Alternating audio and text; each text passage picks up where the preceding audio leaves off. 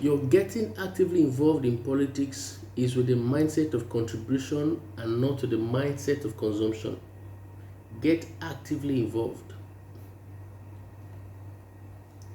Another thing Nehemiah did was that he practically assessed the situation. When he got back to Jerusalem, having gotten practically involved, he got back to Jerusalem and he began to assess practically the situation of things to know where to start the corrections and the changes from. Practically. So in our case, we need to do practical assessments to see where we have missed it in our nation and where we are missing it, and to attempt to make some drastic changes to the situation of our nation. So what are some of the areas that we need to assess as a nation, and with the aim of correcting these errors? First thing, we need to take a proper look at our constitution. Our constitution needs a thorough overhaul and possibly rewritten to reflect present prevailing realities. We are running the nation on a constitution that was written over 20 years ago, about 23 years ago. We are running on the 1999 constitution, which has a lot of loopholes and a lot of faults. That document upon which the leadership of this nation thrives needs to be changed. If we're going to make any headway in this nation, that constitution needs to be changed practically to reflect present prevailing realities. Second thing we can do in terms of practically assessing the things that need change is that governance needs to be made less attractive. Governance need to be made less attractive so that those who are going into governance are going there just to work. They are not going there for anything they're going to gain. They are going there strictly because they have something to contribute to our nation building. They have something, they have a quota, a selfless, committed quota to add to the development of our nation. And what are some of the ways by which we can reduce the attractiveness of governance? The cost of governance should be reduced to the barest minimum. I mean, cut down. There's so much exorbitant spending in our nation. Government spending needs to be cut down to the barest minimum. I mean, years ago, there's a former governor of Nigeria who stated that when he came into office, he was given a budget, to renovate his office and I think his house too. And the budget was over 400 million naira. And he was amazed, like, why so much? When the governor took over this budget and began to critically scrutinize it, he brought that budget down from over 400 million to about 44 million naira. And with that sum of 44 million naira, the renovation was done excellently to standard. A job of 44 million was inflated to over 400 million. Back then, about 10 years ago, a ream of paper was sold for about 750 naira. And he said when he came into office, he was given quotation to buy some stationeries and things like that. And he saw that the ream of paper, which was sold back then for 750 naira, was quoted for 18,000 naira for a ream.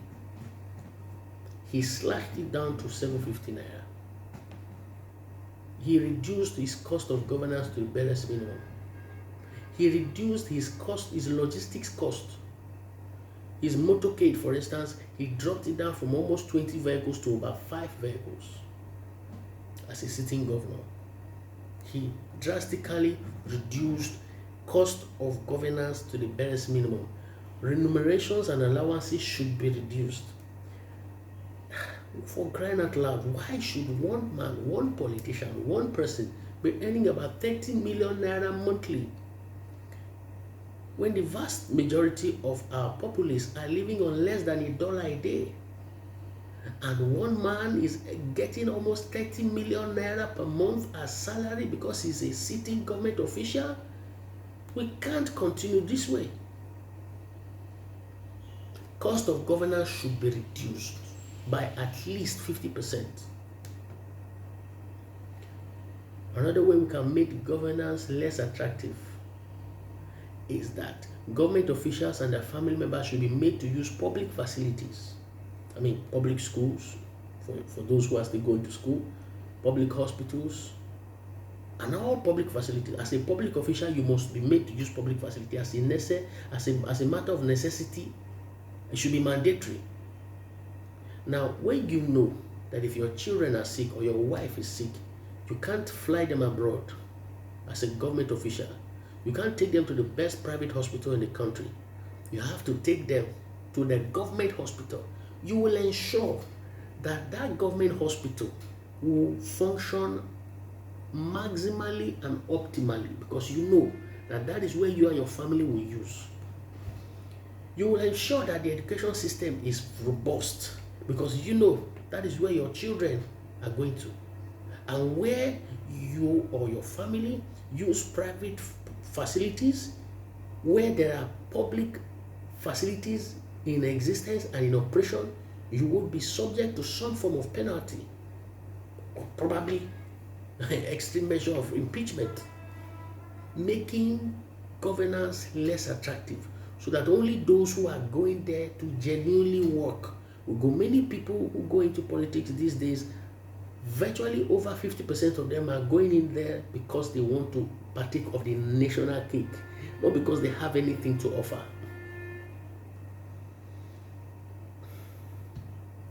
Another way that we can make governance less attractive is to remove all forms of immunity from government officials, no matter your rank, no matter your position. If you are a government official and you err, you are found wanting in terms of bribery and corruption, you do anything that goes against the oath you took, the oath of office, that goes against the constitution of the nation, you face the book. Whether you are a governor or whatever you are, you face the book. That immunity clause should be completely expunged in all ramifications.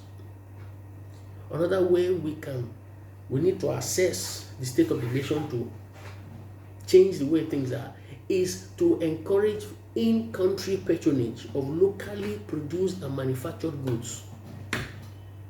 Cut down on importation and let us fix our local industries.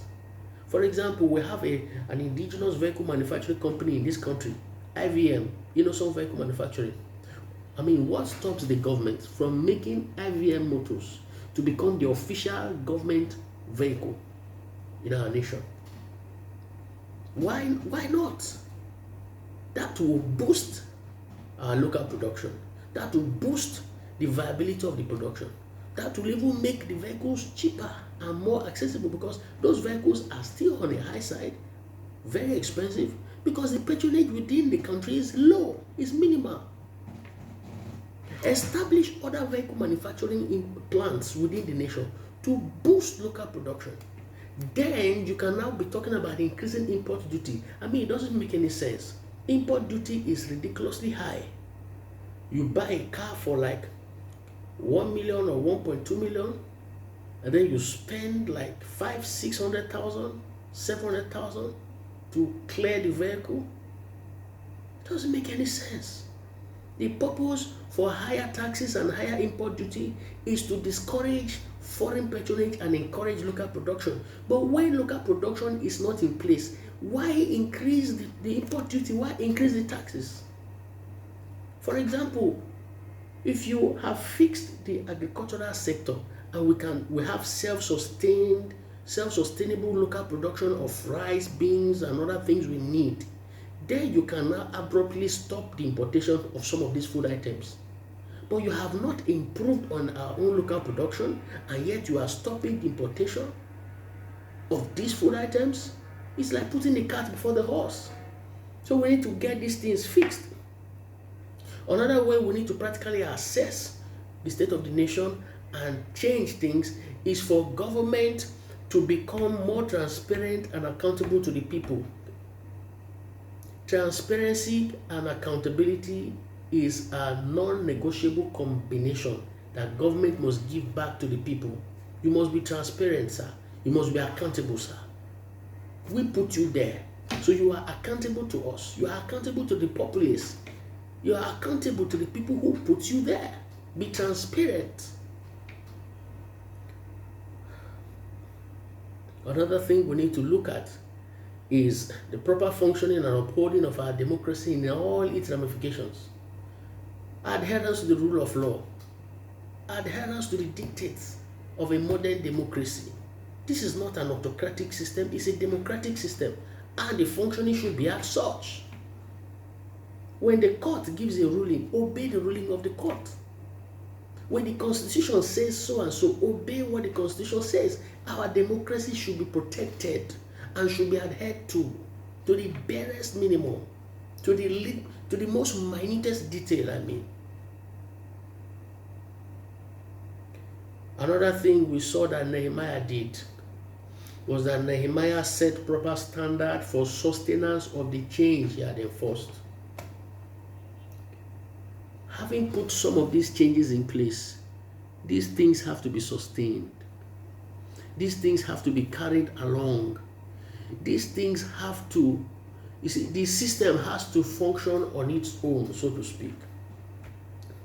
I've worked in a particular establishment before now where the system is so organized and nearly perfect that virtually everything works almost on its own.